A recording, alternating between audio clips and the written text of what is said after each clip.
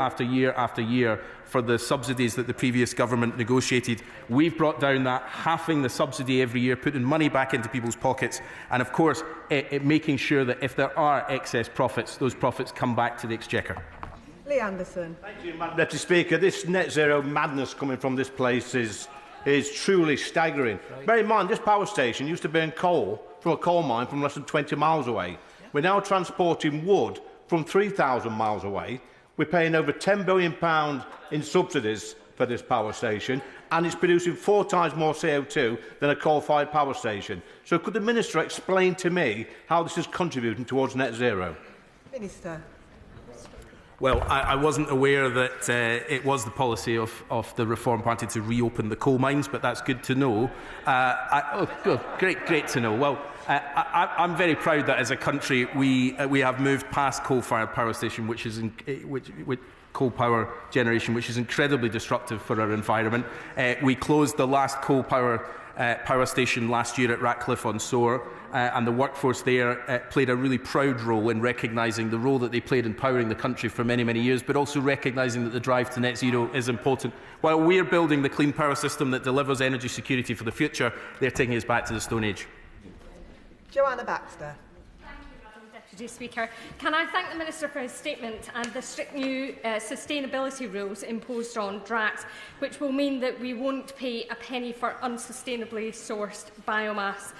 Can he give the House a bit more detail on the role of the independent adviser, though, because the work that they will be doing to hold Drax to account will be critical to ensuring that this deal progresses? Minister.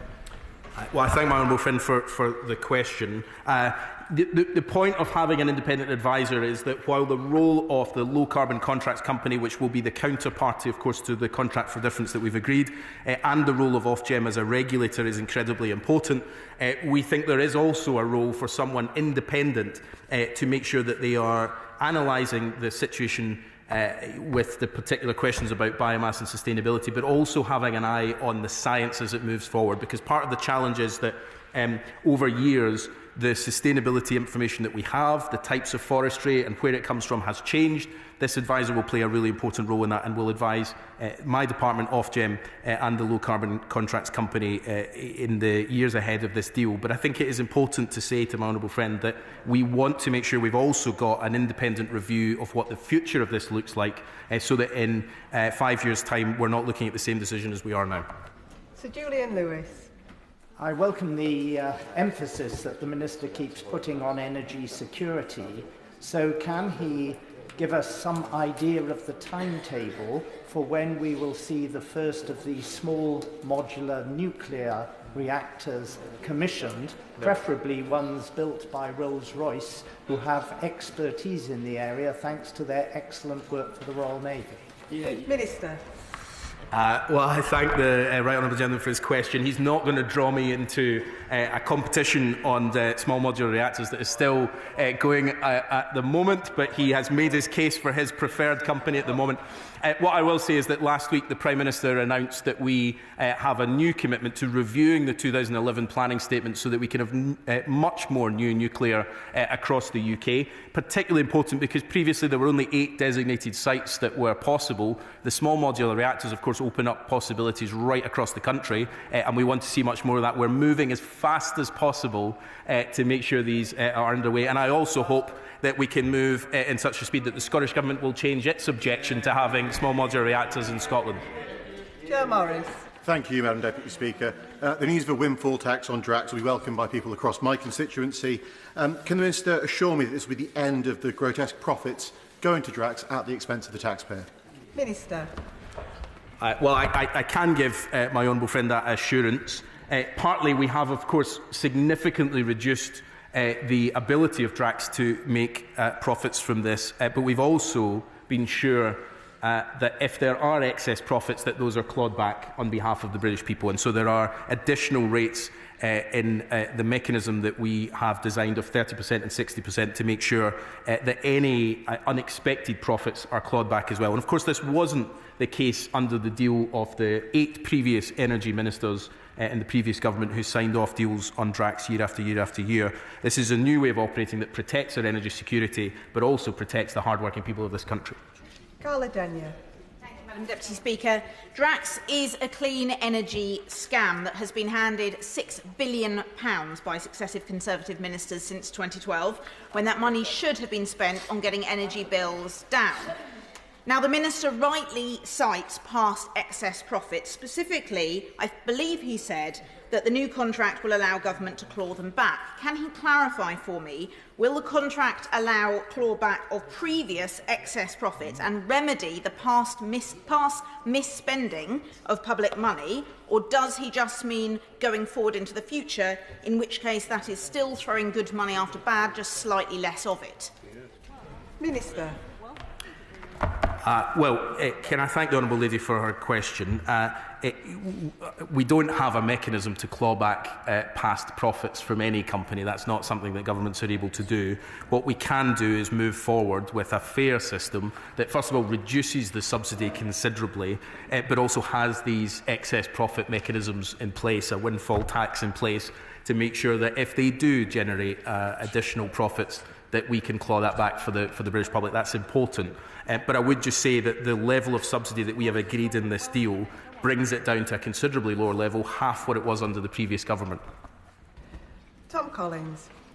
Deputy Speaker, I welcome this revision of Drax's role in our energy system, reducing biomass and ensuring that where it is used, it displaces gas, not excess wind and solar. But we also need to find new low-carbon forms of dispatchable power backed up by long-term energy storage at scale. Hydrogen is a strong candidate for this, and by moving fast, the UK can reduce costs and regain our early mover advantage. So will the Minister work with industry at pace to ensure that the opportunities around hydrogen are known, explored and exploited? Minister. Well, I thank my honourable friend for the question. He's right that one of the really important outcomes from this new deal is that instead of cheaper wind and solar power being displaced by Drax when it operated with baseload capacity, Drax will only operate when we need it on the system, which means that those cheaper, cleaner power sources that we're building in abundance and that we want to see much more of in the years ahead can generate and can deliver cheaper power for the people of this country. On the wider point, I do think it's important that we explore the role that hydrogen can play on the system. There are a number of different technologies being looked at the moment. I met with some investors looking at the future of the gas system just last week to take forward some of these questions, and I'm happy to discuss this further with them in the future. Dr Andrew Mirison. The Minister said that he's looking for strong and credible low-carbon alternatives to burning biomass in order to generate electricity.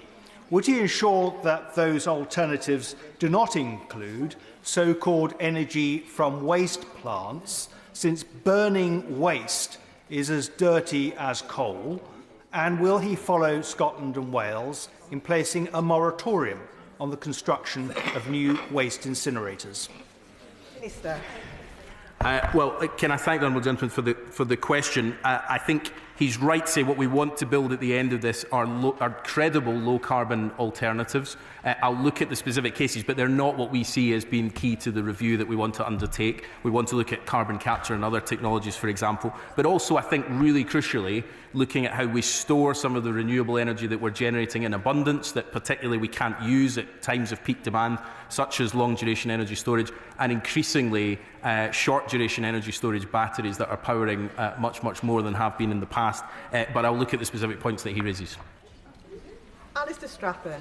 Madam Deputy Speaker, the last government's deal with Drax was not just shocking value for the taxpayers, leaving us all on the hook for subsidising sky-high profits during the cost of living crisis, but bad news for the environment too, with real concerns about the sustainability of their supply chain. As this government rightly takes a measured approach to ensuring we protect not just bill payers but workers too, as we seize the benefits of the green transition, what assurances can the Minister give my constituents that this will be a far better deal for our country? Minister. I thank my honourable friend for the question. He's right that this is about a good deal now in the short term for making sure that we have security of supply out to the early 2030s. It was key from the NISO's advice that we made this decision on the basis of security of supply, but we have also sought to, in the process, half the subsidy that Drax was given by the previous government and deliver on the sustainability criteria to get from 70% to 100%. So this is a good deal for the people of this country. But I think he also touches on the importance of the work that we need to do in the broad